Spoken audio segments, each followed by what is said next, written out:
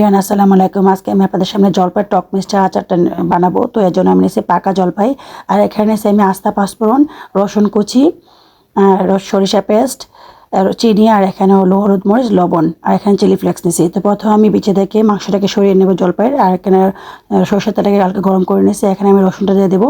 রসুনটাকে আমি হালকা একটু ভেজে নেব। রসুনের মধ্যে আপনারা আস্ত পাঁচফোড়ন দিয়ে দেবেন, আমার মনে ছিল না, পরে আমি দিয়ে দিচ্ছি তেলের মধ্যে। আর এখানে আমি দিয়ে দিচ্ছি সরিষাটাকে একটু ভেজে নিছি। এর মধ্যে দিয়ে দেবো আমি জলপাইটাকে একটু ভেজে নেব। জলপাইটাকে ভেজে নেওয়ার পর আমি এর মধ্যে দিয়ে দেবো চিনিটা। তো চিনিটা একটু গলে আসলে আমি এর মধ্যে আস্তে সব উপকরণ দিয়ে দেবো। তো এখানে দিয়ে দিচ্ছি আমি হলুদ মরিচ এবং লবণ। তো একটু ভেজে নেব। ভেজে নেওয়ার পর আমি এখানে দিয়ে দেবো চিলি ফ্লেক্সটা। তো আপনারা এভাবে বাসায় ট্রাই করে দেখবেন। জলপাইয়ের আচারটা খেতে অনেক মজা হয়। এটা আপনি খিচুড়ির সাথে বা ভাতের সাথে খেতে পারেন, বা এমনিতেই খাওয়া যায়।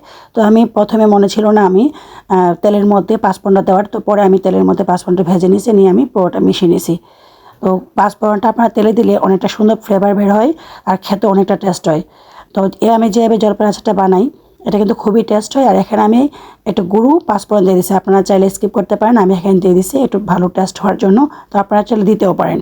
তো এই তো আমার মোটামুটি জলপাই আচারটা তৈরি হয়ে গেছে। তো আমি এর পর্যায়ে দিয়ে দেবো এখানটা সিরকা বা ভিনেগার, যেটাই বলেন।